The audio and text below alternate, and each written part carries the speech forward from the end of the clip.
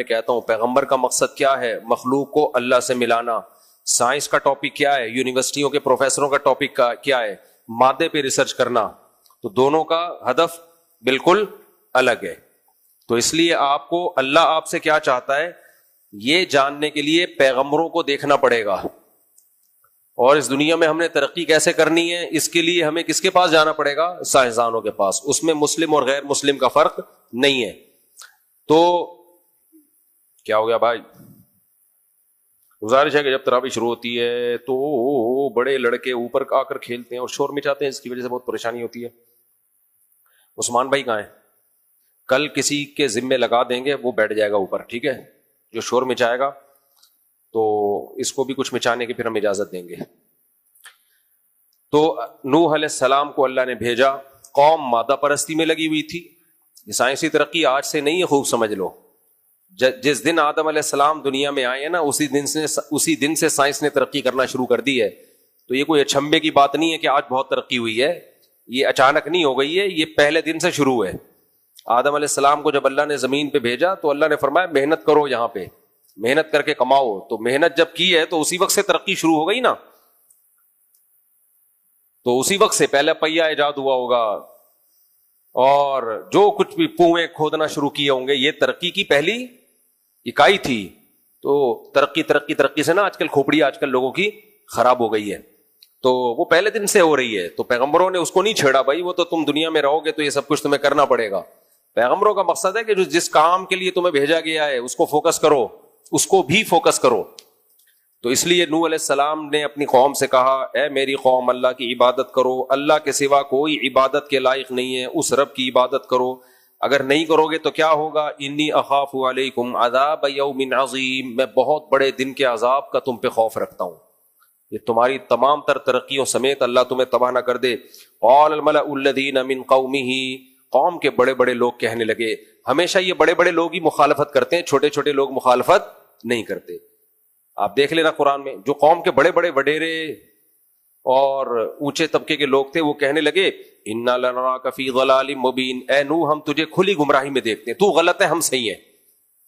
قال یا قوم لیس بی ضلالہ, اے میری قوم گمراہی میرے ساتھ نہیں ہے, ولکنی رسول من رب العالمین, میں اللہ کا بھیجا ہوا پیغمبر ہوں, اس لیے عام روٹین سے ہٹ کے باتیں کر رہا ہوں. انسان جو باتیں کرتا ہے وہ صرف خواہشات کی بات کرتا ہے, خدا جو بات کرے گا وہ اس میں خواہشات کا دخل نہیں ہوگا. اس لیے تمہیں لگ رہا ہے کہ میں عجیب عجیب باتیں کر رہا ہوں, کیونکہ میں خدا کا پیغمبر ہوں. تو اس کو دیوانگی یا گمراہی سے تعبیر مت کرو. ابلغکم رسالات ربی, میرا کام ہے رب کا پیغام تمہیں پہنچا دینا. وانصح لکم, میں تمہارا خیر خواہ ہوں, تمہارے فائدے کے لیے باتیں کر رہا ہوں. وَعَلَمُ مِنَ اللَّهِ مَا لَا تَعْلَمُونَ أَوَعَجِبْتُمْ أَنْ جَاءَكُمْ ذِكْرٌ مِّن رَّبِّكُمْ عَلَىٰ رَجُلٍ مِّنْكُمْ, قوم نے جواب میں کہا پھر اللہ نے آپ کو کیوں منتخب کیا؟ خدا نے قوم کے کسی وڈیرے کو منتخب کرتا اللہ تعالیٰ, کسی مالدار آدمی کو, کسی سردار کو, آپ کیوں بھائی؟ یا کسی فرشتے کو پیغمبر بناتا. تو نوح علیہ السلام نے کیا کیا؟ تمہیں اس بات سے تعجب ہو رہا ہے کہ اللہ نے تمہیں میں سے ایک شخص کو منتخب کر لیا؟ تو اس میں تعجب کی بات تو نہیں ہے. تعجب تو جب ہوتا ہے جب تمہارے علاوہ کسی کو منتخب کیا جاتا, کیونکہ انسان اپنی جنس کے انسان کی بات کو سننا اس کو آسان لگتا ہے, سمجھ میں آتا ہے. فرشتہ آ کے سمجھاتا کیا سمجھ میں آتا, اور فرشتوں کو تو وہ ضرورت ہی نہیں ہے جو انسانوں کو ہے. پیغمبر تو تمہارے درمیان ہیں, ان کو بھی بھوک لگتی ہے, ان کو بھی وہی ضرورتیں ہیں, وہ دین پر چل کے دکھائیں گے تو تم کہو کہ جب یہ چل سکتے ہیں تو ہم کیوں نہیں چل سکتے. تو تمہیں اس بات سے تعجب ہو رہا ہے. لِيُنذِرَكُمْ وَلِتَتَّقُوا وَلَعَلَّكُمْ تُرْحَمُونَ, قرآن کہہ رہے فَكَذَّبُوهُ, نہ مانے, انکار کیا. فَأَنْجَيْنَاهُ وَالَّذِينَ مَعَهُ فِي الْفُلْكِ, ہم نے نوح کو اور ان کے ساتھیوں کو کشتی میں سوار کر کے بچا لیا. وَأَغْرَقْنَا الَّذِينَ كَذَّبُوا بِآيَاتِنَا, جو ہماری آیات کا انکار کیا کرتے تھے, کہتے تھے خدا نے کچھ نازل نہیں کیا, ہم نے ان سب کو غرق کر دیا. انہم کانوا قوما عمین, بیٹا بیٹھ جاؤ آرام سے ایک جگہ, آپ لوگ بہت زیادہ ہل رہے ہو. انہم کانوا قوما عمین, یہ لوگ اندھے لوگ تھے. یہ کیسے لوگ تھے؟ اندھے, حالانکہ آنکھیں تھی ان کی. اندھے کا مطلب کیا؟ اپنی مادی چیزیں اور عیاشی کی چیزیں سمجھ میں آ رہی تھیں, اور 950 سال نوح علیہ السلام نے سمجھایا اللہ کا پیغام, وہ ان کی سمجھ میں نہیں آیا. اللہ کہہ رہے اندھے لوگ تھے. تباہ کر دیا. آگے اللہ فرماتے ہیں وَإِلَىٰ عَادٍ أَخَاهُمْ هُودًا. پھر نوح علیہ السلام کی نسل چلتی رہی جو بچ گئے تھے ان کی. پھر قوم عاد آئی. اللہ نے قوم عاد، یہ بڑی طاقتور قوم تھی، اللہ نے ان کی طرف حضرت ہود علیہ السلام کو بھیجا. قال الملأ الذین کفروا. ہود علیہ السلام نے کیا کہا؟ اعبدوا اللہ، اللہ کی عبادت کرو، کوئی خدا کے سوا معبود نہیں ہے، تم ڈرتے کیوں نہیں ہو اس اللہ سے؟ قال الملأ الذین کفروا من قومہ. جو بڑے لوگ تھے نا، بھائی بیٹھ جاؤ بیٹا آرام سے، شاباش. اتنے چھوٹے بچوں کو لایا کریں نا تو ساتھ ان کو سنبھالا بھی کریں، ٹھیک ہے نا. قال الملأ الذین کفروا من قومہ. تو قوم کے جو بڑے سردار ہیں انہوں نے وہی آ گئے مقابلے میں. یہ بڑے سردار کیوں؟ پیٹ بھرے ہوئے تھے. جب پیٹ بھرا ہوا ہوتا ہے تو صحیح بات سمجھ میں نہیں آتی. آج کل مغربی دنیا کا، انگریزوں کا پیٹ کیا ہے؟ بھرا ہوا ہے. لہذا ان میں جو اسلام دشمن ہے ان کو سمجھ میں بات نہیں آ رہی. اسرائیل کا پیٹ بھرا ہوا ہے، ان کو بات سمجھ میں نہیں آ رہی. تو توند بھرنا ایک بڑا مسئلہ بن جاتا ہے. بعض دفعہ بہت کم لوگ ہوتے ہیں سلیمان علیہ السلام کی طرح جن کو دنیا کی نعمتیں ملیں پھر بھی اللہ سے تعلق رہے. اس لیے دولت ہر ایک کے لیے نعمت نہیں ہے، سمجھ رہے ہو؟ تو عربوں کو دیکھ لو نا، جب عرب غریب تھے کیا تقویٰ للہیت. جب سے دولت آئی ہے ابھی بھی بہت سے لوگ ہیں نیک، لیکن آہستہ آہستہ ٹریک سے ہٹتے جا رہے ہیں. ان ملکوں کا حال تو جا کے دیکھو، ایمریٹس وغیرہ کا، تو حالت خراب ہو گئی ان. اللہ ہدایت دے. تو اور مزید تو یہ کب تک بھائی؟ تابک ہے فارسی میں ہے، کب تک؟ ایک دن آئے گا، موت ہے بھائی آگے، تو کچھ بھی نہیں ہے. تو انسان کا جب پیٹ بھرتا ہے تو اللہ سے غافل ہو جاتا ہے. تو اللہ نے فرمایا، تو قوم کے بڑے لوگ کہنے لگے انا لنراک فی صفاحۃ. ہم آپ کو بے وقوف سمجھتے ہیں معاذ اللہ. نوح علیہ السلام کو لوگوں نے کہا آپ گمراہی پر ہو، انہوں نے کہا آپ کیا ہو؟ بے وقوف. وَإِنَّا لَنَظُنُّكَ مِنَ الْكَاذِبِينَ. ہم آپ کو جھوٹا سمجھتے ہیں. ہود علیہ السلام نے کہا یا قومی لیس بی صفاحہ. اے میری قوم، مجھ پہ بے وقوفی نہیں ہے، میں بے وقوف نہیں ہوں. وَلَٰكِنِّي رَسُولٌ مِّن رَّبِّ الْعَالَمِينَ. پھر بھائی جب بے وقوف نہیں ہے تو آپ قوم سے ہٹ کے باتیں کیوں کر رہے ہیں؟ وہی جواب دیا ہود علیہ السلام نے جو نوح علیہ السلام نے دیا تھا. بھائی میں اللہ کا بھیجا ہوا پیغمبر ہوں، میں اپنی بات نہیں کروں گا، میں وہ بات کروں گا جو کون کہہ رہا ہے؟ رب. آج سیکولر لبرل لوگ کہتے ہیں گرل فرینڈ رکھو، شراب پی لی تو کیا ہے، ابا اما کو اولڈ ہاؤس میں جمع کرا لیا تو کیا ہے، کلچر کے حساب سے چلو. یہ کیا عورت کو ماتحت بنا دیا، شوہر کے آزاد، وہ بھی باہر نکلے وہ بھی باہر نکلے، پرسنل لائف، نجی لائف جو مرضی کریں. ہومو سیکشولیٹی کو بھی لیگل کر دیا. اس راہ میں سب سے بڑی رکاوٹ کون بنتے ہیں؟ مذہبی لوگ، علماء. تو لوگ کہتے ہیں بھائی یہ پرانے زمانے کے بے وقوف لوگ ہیں، چار چار شادیوں کی بات کرتے ہیں. آج میرے خلاف کسی نے پوسٹ چلائی ہوئی ہے، نام نہیں لیا لیکن صاف لگ رہا ہے میرے خلاف ہے. اس نے پوسٹ یہ چلائی تھی کہ کچھ لوگ اسلام کو ایسے پھیلانا چاہتے ہیں، تربیت کے بجائے کہتے ہیں بچے زیادہ پیدا کرو تاکہ اسلام زیادہ ہو جائے. یہ طنز کس پہ ہے؟ احقر پہ، جس کے 19. یہ کس پہ طنز ہو رہا ہے؟ کہہ رہے بھائی یہ لوگ تربیت کو فوکس نہیں کر رہے، یہ چاہ رہے ہیں کہ بس آبادی بڑھاؤ. اچھا چلو ہم چاہ رہے ہیں آبادی بڑھاؤ، اور تم کیا چاہ رہے ہو؟ آبادی گھٹاؤ. جس کا نقصان کیا ہو رہا ہے؟ ہزار ہزار گز کے بنگلوں میں کروڑ پتی لوگ دیواریں اور کھڑکیوں سے دل بہلا رہے ہیں جا کے، اور یہ یہاں کم ہے، امریکہ میں زیادہ ہے. ایسی ترقی پہ خود بول دو کیا ہے؟ باقی یہ تم نے خود سے فرض کر لیا ہے کہ تربیت نہیں ہوگی اگر زیادہ بچے ہوں گے. یہ بھی تم نے خود سے فرض کر لیا ہے، یہ تم نے خود سے فرض کر لیا ہے، اس کی بھی تمہارے پاس کوئی دلیل نہیں ہے. بچوں کو بچے چاہیے تربیت کے لیے. ابھی ہمارے ایک ریلیٹو کا واقعہ میرے سامنے آیا. مالدار لوگ ہیں، ایک بچہ پیدا کیا نا، کیونکہ جتنی مالدار ہوگا اتنی ہوس ہوگی، جتنا مالدار ہوگا اتنی ہوس. یہ مسئلہ تربیت کا نہیں ہے، ہوس کا ہے.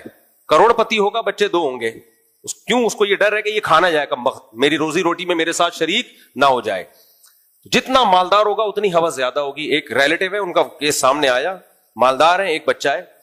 اب وہ بچہ ڈپریشن میں گیا ہوا ہے کیونکہ اس کے ساتھ کھیلنے کے لیے بہن بھائی نہیں ہے. ہر وقت گھر میں چیختا ہے، چلاتا ہے، گلی محلے میں نہیں کھیلنے دیتے کہ بگڑ نہ جائے، کیونکہ تربیت کرنی ہے نا ایک کو سنبھال کے. وہ تربیت یہ ہوئی ہے کہ مینٹلی ڈسٹرب ہو گیا بیچارہ. بہن بھائی ایک دوسرے کو بگاڑنے سے بچاتے ہیں، ماں باپ کی ہر وقت نگرانی نہیں ہوتی. یہ رشتہ ایسا ہے بہن بھائیوں کا، اور 2 بچوں میں وقفہ زیادہ ہوگا نا, بڑے والے کو قریب العمر نہیں ملے گا کھیلنے کودنے کے لیے, اپنی دل کی باتیں شیئر کرنے کے لیے. وہ مینٹلی ڈسٹرب ہوگا. تبھی تو ڈپریشن اور اسٹریس کی بیماریاں بچوں میں پیدا ہو گئی ہیں. ان کو کھیلنے کے لیے قریب العمر کوئی بچہ ہی نہیں ہوتا. ماں باپ نے کنجوسی سے کام لیا ہوتا ہے, ہم سے پلتے نہیں ہیں.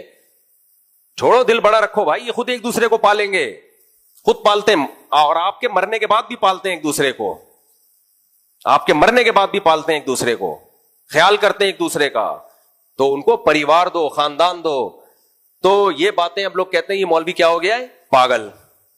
تو ہود علیہ السلام بھی توحید کی بات کرتے تھے اور قوم سے الگ چلتے تھے. تو لوگوں نے ان کو کیا کہا, سفاہا. تو انہوں نے فرمایا یہ سفاہت نہیں ہے, ولاکن رسول من رب العالمین, میں وہ بات کرتا ہوں جو اللہ کی بات ہے, اللہ نے مجھے پیغمبر بنا کے بھیجا ہے. اور اللہ ماحول سے متاثر نہیں ہوتا, جھوٹے نعروں سے متاثر نہیں ہوتا.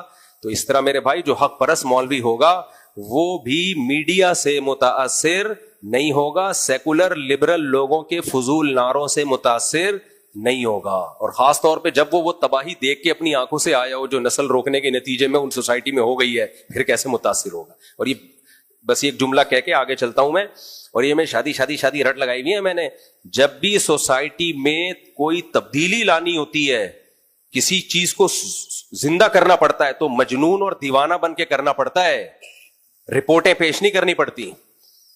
اگر میں نے آپ کا نظریہ ٹھیک کرنا ہوتا نا 4 شادیوں والا, تو ایک بیان کر کے میں چپ ہو جاتا. بس ہم نے نظریہ تھوڑی ٹھیک کرنا ہے, ہم نے سوسائٹی میں اس سنت کو زندہ کرنا ہے. تو زندہ کسی کام کو کرنے کے لیے مجنون اور دیوانہ بننا پڑتا ہے, اس ٹاپک کو بار بار لانا پڑتا ہے. اور الحمدللہ بہت حد تک یہ عمل زندہ ہو گیا, اللہ کے. امریکہ کینیڈا میں زندہ ہو گیا. لوگ مجھے فون کر کے بتا رہے ہوتے ہیں ہمارے 6 بچے, ہمارے 8 بچے, کہہ رہے ہمارے تو خاندان میں 1-2 بچوں سے زیادہ رواج ہی نہیں تھا. اور یہ عام لوگوں کی بات نہیں ہے, یہ بڑے بڑے سائنٹسٹ, بڑے بڑے ڈاکٹرز, وہ کہہ رہے ہیں مفتی صاحب 15 سال پہلے آپ کا بیان سننا شروع کیا تھا, 4 بیویاں اور 18 بچے ہیں. یہ لبرل سیکولر لوگوں کی بات کر رہا ہوں, ان پہ اثر ہوا ہے. کہہ رہے ہمارا تو خاندان آباد ہو گیا, ورنہ ہم بھی ایک آدھ لے کے گھوم رہے ہوتے. ان کی محبتیں ملتی ہیں, وہ آپس میں بہن بھائیوں کی محبت, آپس میں بہن بھائیوں کا لڑنا بھی ان کی تربیت کرتا ہے, ورنہ چھوئی موئی بن جاتے ہیں. یہ جو بچے لڑتے ہیں نا, تو چمبا پلیٹ کر رہے ہوتے ہیں, یہ ان کے امیون سسٹم کو کیا کرتا ہے, بوسٹ کرتا ہے, ان میں برداشت پیدا کرتا ہے. ورنہ پپو کی طرح برگر فیملی کے بچے دیکھو نا کیسے نکل رہے ہیں. تو چھوڑ دو, اٹھا کر پھینک دو باہر گلی میں, نئی تہذیب کے انڈے ہیں گندے. تو اس لیے ہم تو بھائی دیوانوں کی طرح ایک بات چلا رہے ہیں, ہم چلاتے رہیں گے, جلنے والے جلیں, لیکن آپ جو عمل کر لے گا فائدے میں رہ جائے گا, یہ بتا دوں میں. اس کا بڑھاپا بھی اچھا, اس کی جوانی بھی اچھی. دنیا میں اللہ کی قسم اولاد سے زیادہ اٹریکٹیو شاید کوئی چیز ہے ہی نہیں, کوئی چیز ہی نہیں ہے. بچوں تو ایسا, خدا کی قسم ایسا حسن ہے نا کائنات کا. اپنے بچے ہوں بشرطے کے, پڑوسیوں کے اچھے نہیں لگتے, وہ بوجھ لگتے ہیں. اپنے بچے تو ایک انٹرٹینمنٹ ہے بھائی, گھر کے اندر کچھ پالنے کی ضرورت نہیں ہے آپ کو.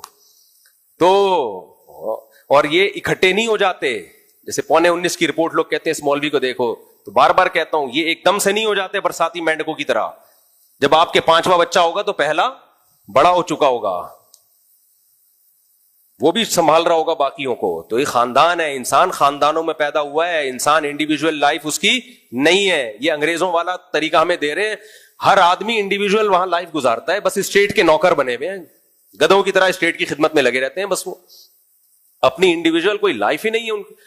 یعنی انڈیویجول لائف تو ہے, لیکن وہ لائف کیا ہے, ریلیشن نہیں ہے اس میں. ریلیشن کی ایسی کی تیسی, ہر آدمی اخپل. اور پشاور کوئٹہ جاؤ, خاندان دیکھ کے خوشی ہوتی ہے. یہ چاچا, یہ ماما, چاچوں کی لائن, ماموں کی لائن, بھتیجوں کی لائن, بھانجوں کی لائن, خاندان ہے بھائی. طلاق دینا بھی عذاب ہوتا ہے پٹھانوں میں, کیونکہ طلاق دی تو وہ بہو بھی پورے خاندان میں آئی ہے, وہ 10 بھائیوں کی بھابھی بھی ہے, سمجھ رہے ہو, وہ آپ کے ابا کی بہو بھی ہے. تو 20 خاندان میں چھوڑنا آسان نہیں ہے, کیونکہ وہ جو بہو آئی ہے وہ صرف آپ کی بیوی نہیں ہے, آپ کے خاندان کا ایک اسٹرانگ خاندان کا ایک حصہ بن چکی ہے. آج کل طلاقیں ٹھک ٹھک ٹھک, کیوں؟ کوئی رشتہ ہی نہیں ہے, پریوار سمٹ کے کیا ہو گئے ہیں, ساشے بن گئے ہیں خاندانوں کے. خاندان ختم, اب خاندانوں کی ساشوں کی پیکنگ میں آ گئے ہیں.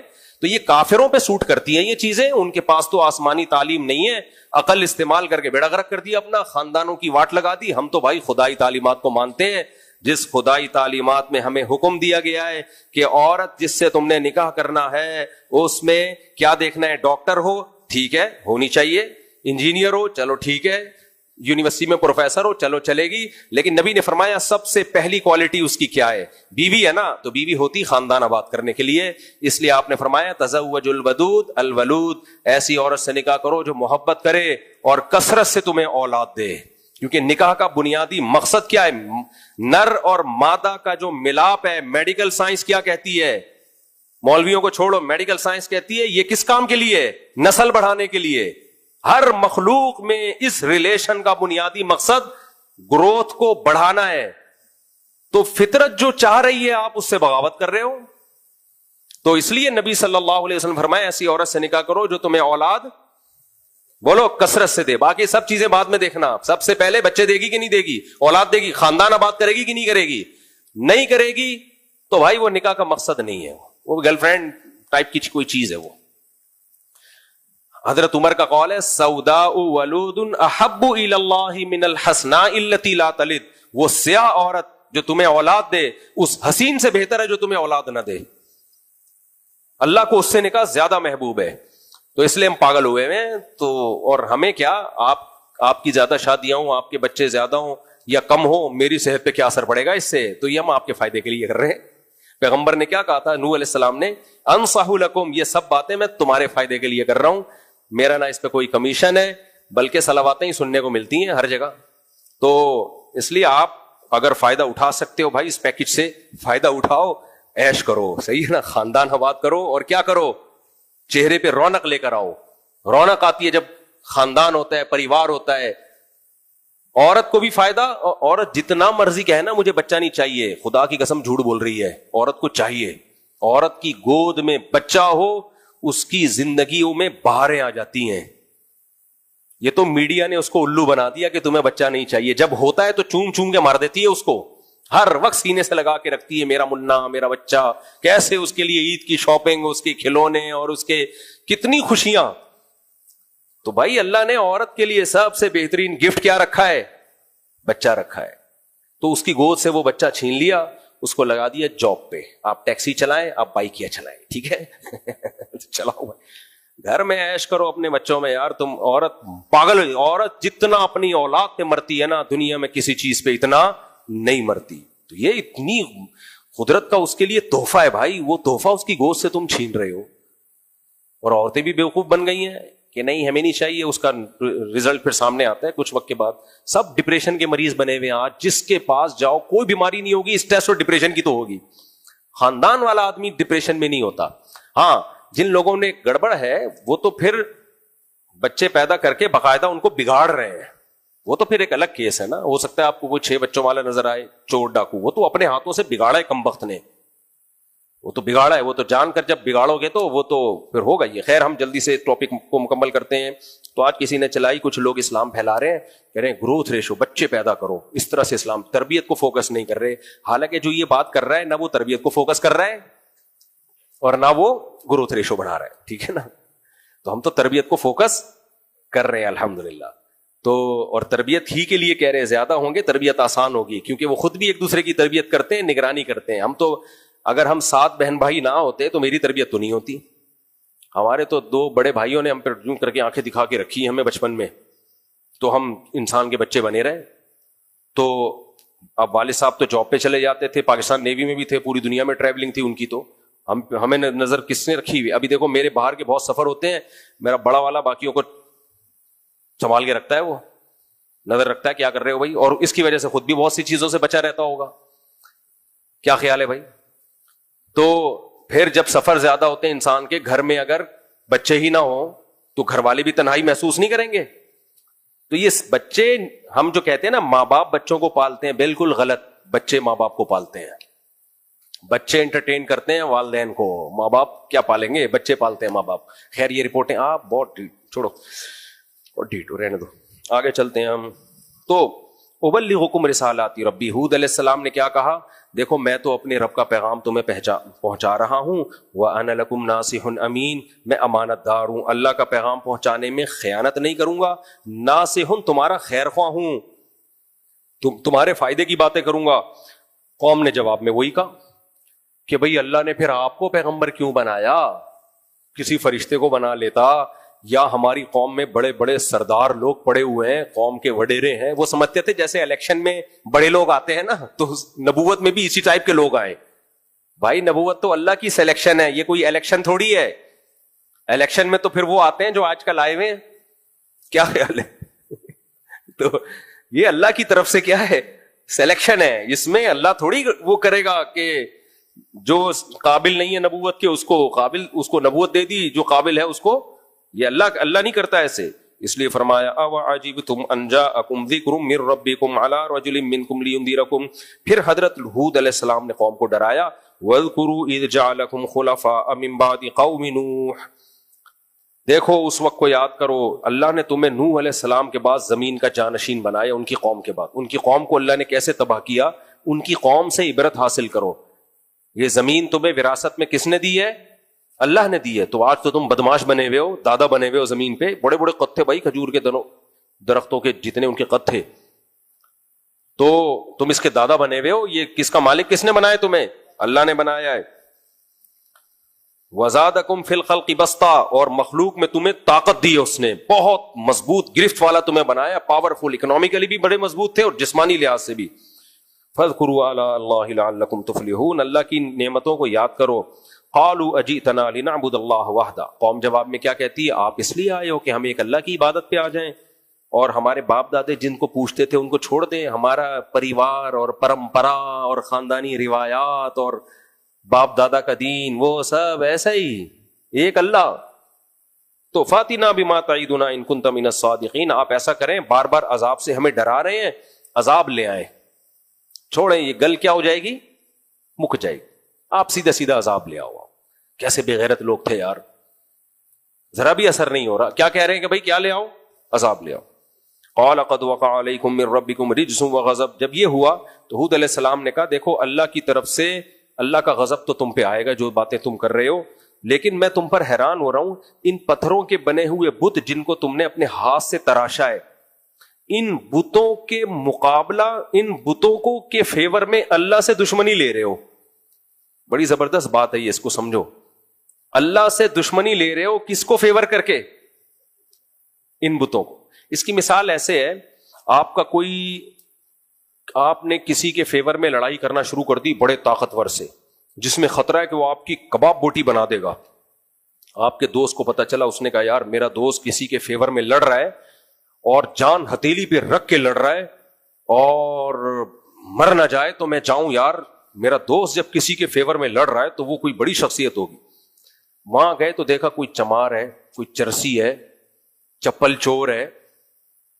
تو آپ کیا بولو گے؟ ابے تو کسی کے فیور میں لڑ رہا ہوتا تو کوئی بادشاہ، کوئی شہزادہ، کوئی باپ ہوتا، تیری ماں ہوتی، تیرا بھائی ہوتا، تیری بہن ہوتی. تو لڑ چپل چور اور چرسی کے فیور میں اپنی جان دے رہا ہے. تو پاگل آدمی، سمجھ رہے ہو؟ تو ہود علیہ السلام نے اپنی قوم سے کہا کہ میں تمہیں دھمکی دے رہا ہوں کہ خدا کا عذاب آئے گا، اور تم فیور ان پتھروں کے بنے ہوئے بتوں کو کر رہے ہو. ان بتوں کی محبت میں دشمنی کس سے لے رہے ہو؟ اللہ سے. سمیتموہا انتم وآباؤکم، جن کے معبود ہونے کی تمہارے پاس کوئی دلیل نہیں، خود تم نے گڑھ لی ہیں. یہ نام ہے چند.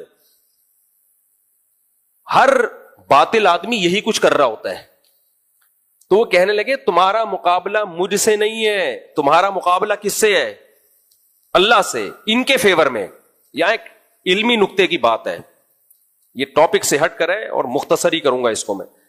یہ خوب سمجھ لو. ہم جب یہ کہتے ہیں نا 20 رکعت تراویح سنت، خواتین کا سمٹ کے نماز پڑھنا سنت، 3 طلاقیں 3 ہوتی ہیں، تو لوگ کہتے ہیں کہ تم علماء دیوبند کو فیور کر رہے ہو، تم اپنے مسلک کو فیور کر رہے ہو، اور ہم قرآن و حدیث کو فیور کر رہے ہیں. نہ نہ نہ نہ، یہ بہت غلط تعبیر ہے.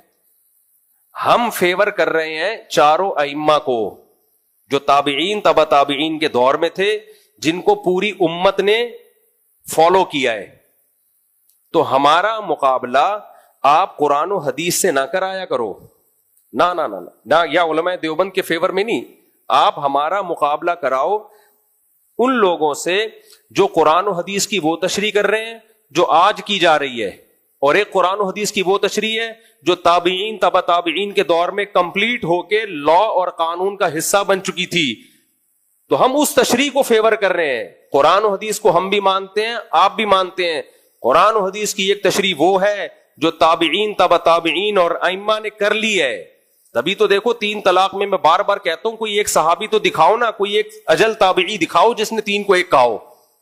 تو یہ کیسا قرآن و حدیث ہے جو آپ کی سمجھ میں آ رہا ہے اور ان کی سمجھ میں نہیں آیا تھا. تو جب ہم اس کا دفاع کرتے ہیں تو دفاع میں علماء دیوبند کا یا اپنے بزرگوں کا دفاع نہیں ہوتا, دفاع میں ان ائمہ محدثین کا دفاع ہوتا ہے جن پر پوری امت اعتماد کرتی آئی ہے. ان کا مقابلہ ان سے کیا کرو آپ. پھر بولو بھائی انجینئر مرزا نے کہا ہے, انجینئر مرزا کا کلپ میں نے ابھی تراویح میں ریکارڈ کرانے والا, اس نے بولا کہ دیوبندی بریلوی کہتے ہیں کہ تراویح 20 رکعت ہوتی ہے.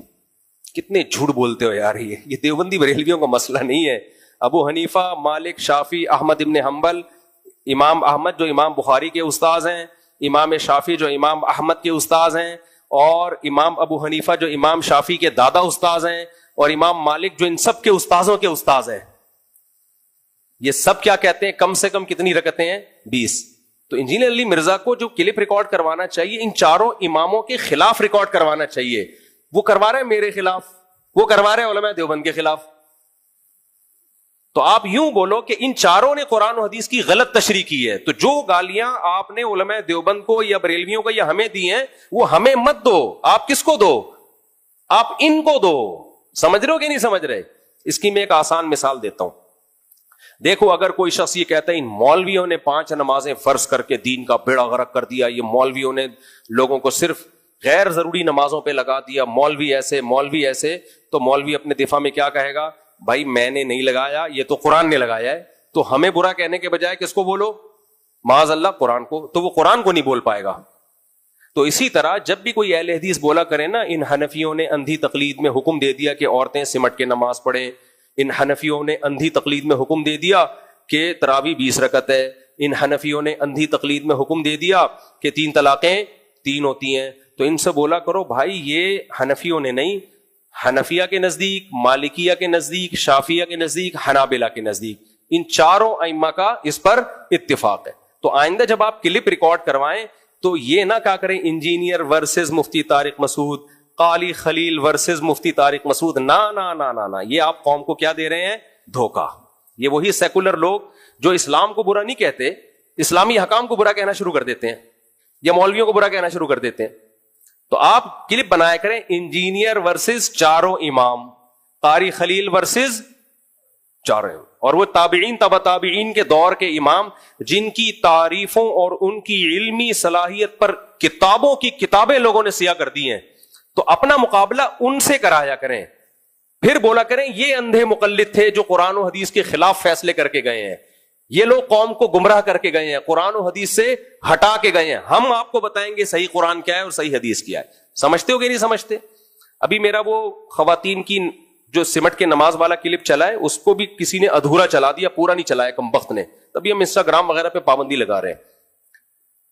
اس میں پھر وہی قاری خلیل کا کلپ چلایا کہ ان کے پاس کوئی دلیل نہیں ہے کہ عورتیں سمٹ کے نماز پڑھیں. تو مختصر سوال کہ آپ کے پاس بھی کوئی دلیل نہیں ہے کہ عورتیں صفا مروہ میں چلیں دوڑیں نہیں, تو بس ان سے یہ سوال پوچھ لینا آپ کے پاس کیا دلیل, آپ کے پاس کیا دلیل ہے کہ عورتیں آہستہ لبیک کہیں. تو جو آپ کے پاس دلیل ہوگی وہی ہم بھی دلیل جب آپ پیش کر دو گے تو ہم بھی انشاءاللہ عورتوں کے سمٹ کے نماز پڑھنے کی دلیل پیش کر دیں گے. بھائی اس پہ ہمارے پاس بھی تواتر عملی ہے اور آپ کے پاس بھی تواتر عملی. یہ کیا بات ہے اس تواتر عملی کو جب آپ کے فیور میں ہو تو حجت مانتے ہو, تو یعنی وہ چاروں اماموں کے فیور میں جا رہا ہوگا تو حجت نہیں مانتے, اور آپ کے فیور میں جا رہا ہوگا تو حجت مانتے ہو. تو یہ زیادتی ہے. یہ کیا ہے؟ زیادتی. آگے چلتے ہیں میرے بھائی. تو ہود علیہ السلام نے کیا فرمایا؟ وَاذْكُرُوا إِذْ جَعَلَكُمْ خُلَفَاءَ مِن بَعْدِ قَوْمِ نوح. دیکھو اللہ نے قوم نوح کو کیسا تباہ کیا. کہا کہ تم ان بتوں کے مقابلے میں کس کو؟ اللہ کے مقابلے میں ان بتوں کو فیور کر رہے ہو, اللہ کے مقابلے میں. تو قوم نے جواب میں کیا کہا؟ فَأَنْجَيْنَاهُ وَالَّذِينَ آمَنُوا بِرَحْمَةٍ مِنَّا. اللہ کہتے ہیں ہم نے, یہ تو مختصر ہے نا, آگے ڈیٹیل میں آئے گئے یہ واقعات انشاءاللہ. ہم نے ہود علیہ السلام کو بچایا, اور جو ہود علیہ السلام کے ساتھ ایمان لائے تھے ہم نے ان کو بھی بچا لیا, اور ہم نے ان کی جڑ کاٹ دی. سورہ الحاقہ میں یہ بہت ڈیٹیل میں ہے. پھر جب یہ قوم تباہ ہوئی ہے, جو ایمان لائے ان کو بچا لیا اللہ نے. وَإِلَىٰ ثَمُودَ أَخَاهُمْ صَالِحًا, اللہ کہتے ہیں پھر قوم سمود کی طرف صالح علیہ السلام کو بھیجا. صالح علیہ السلام نے بھی یہی بات کی, یا قوم اعبدوا اللہ, اللہ کی عبادت کرو, اللہ کے سوا کوئی معبود نہیں ہے. تمہارے پاس ایک معجزہ بھی آ گیا ہے, پہاڑ سے ایک اونٹنی نکالی انہوں نے, لیکن یہ اللہ کی اونٹنی ہے, اب اس کو بری نیت سے مت دیکھنا, کوئی قتل بدل کی کوشش مت کرنا. اور پھر کہا وَاذْكُرُوا إِذْ جَعَلَكُمْ خُلَفَاءَ مِن بَعْدِ عَادٍ, دیکھو ایک قوم عاد ہوا کرتی تھی, اس کے واقعات تم اپنے باپ دادوں سے سنتے ہو, کیسے تباہ کر دیا, وہی حرکتیں تم مت کرنا. وَبَوَّأَكُمْ فِي الْأَرْضِ, اللہ نے زمین میں تمہیں ٹھکانہ دیا ہے. تَتَّخِذُونَ مِن سُهُولِهَا قُصُورًا, کیسے بڑے بڑے محلات بنا لیتے ہو اس زمین میں, اور پہاڑوں کو بھی تراش کے اندر بھی محلات کھڑے کر لیتے ہو. یہ سب طاقت تمہیں کس نے دی ہے؟ اللہ نے دی ہے. فَاذْكُرُوا آلَاءَ اللَّهِ, اللہ کی نعمتوں کو یاد کرو, زمین میں فساد مت مچاؤ. تو کیا جواب ہوا؟ قَالَ الْمَلَأُ الَّذِينَ اسْتَكْبَرُوا مِن قَوْمِهِ, وہاں بھی یہی مسئلہ. قوم میں جو بڑے بڑے متکبر لوگ تھے, جن کی توندیں بھری ہوئی تھیں, وہ کہنے لگے, کمزور لوگوں سے جو ایمان لائے تھے ان سے کہنے لگے, کیا تم سمجھتے ہو کہ صالح اللہ کے پیغمبر ہیں؟ ایمان والے کہنے لگے, ہم تو یقین لے آئے ہیں یہ اللہ کے پیغمبر ہیں, ان کی تعلیمات, ان کے معجزے, ان کی سیرت ہمارے سامنے ہے, جھوٹے لوگوں کی ایسی سیرت نہیں ہوتی. تو کہنے لگے نہیں بھائی ہم تو کافر ہیں, ہم نہیں مانیں گے. اور پھر بالآخر انہوں نے اونٹنی کو بھی کاٹ ڈالا, مار ڈالا. تو اللہ فرماتے ہیں, اور کہنے لگے یا صالح ائتنا بما تعدنا, اے صالح جو عذاب کا تو وعدہ کرتا ہے لے آ. سائنس ہے نا, سائنس کیا تھی؟ سائنس. ان کے بھی سائنسدان کہہ رہے تھے کہ سائنسی لحاظ سے کوئی عذاب کے چانس نظر نہیں آ رہے. اسلام آباد یونیورسٹی کے ایک ایتھیسٹ پروفیسر ہیں, وہ اس طرح کی بکواسات کرتے رہتے ہیں. کہتے ہیں گیند کا کام ہے نیچے آنا, گریوٹی کی وجہ سے نیچے آئے گی, تو ایسا نہیں ہو سکتا کہ خدا اس کو اوپر لے جائے. اللہ نے ایک قانون بنا دیا تو نیچے ہی آئے گی. تو ہم کب کہہ رہے ہیں کہ اوپر جائے گی؟ لیکن جب اللہ اوپر لے جانا چاہے گا تو کسی کا باپ بھی نہیں روک سکتا. سمجھ رہے ہو؟ یہ قرآن کہہ رہا ہے کہ یہ فزکس کے لا اللہ کہہ رہے ہیں میں نے بنائے ہیں, میں جب چاہوں ان لاز کو توڑ سکتا ہوں. تو اس خوش فہمی میں نہ رہنا کہ وہ بنا کے کمزور ہو گیا ہے کہ اب اس کے علاوہ کچھ کر نہیں سکتا وہ. تو یہاں بھی اللہ نے, وہ کہنے لگے بھائی اللہ کا عذاب لے آؤ. انہوں نے دیکھا کوئی عذاب کے کوئی چانس نہیں ہے. ان کے بھی محکمہ موسمیات والے ہوں گے نا, کچھ تو وہ بھی اندازے لگاتے ہوں گے نا, بادل آ رہے ہیں نہیں آ رہے, موسم بھی بارش کا ہے یا نہیں ہے, وہ بھی ان کے بھی تو اندازے تھے. یہ تو محکمہ موسمیات کا محکمہ تو بہت پرانا ہے. قالوا انا بما ارسل به مؤمنون. تو کیا ہوا؟ پھر دھمکی دینے لگے کہ آپ لے آؤ اللہ کا عذاب. فاخذتهم الرجفہ, ایک زلزلے نے ان کو پکڑا.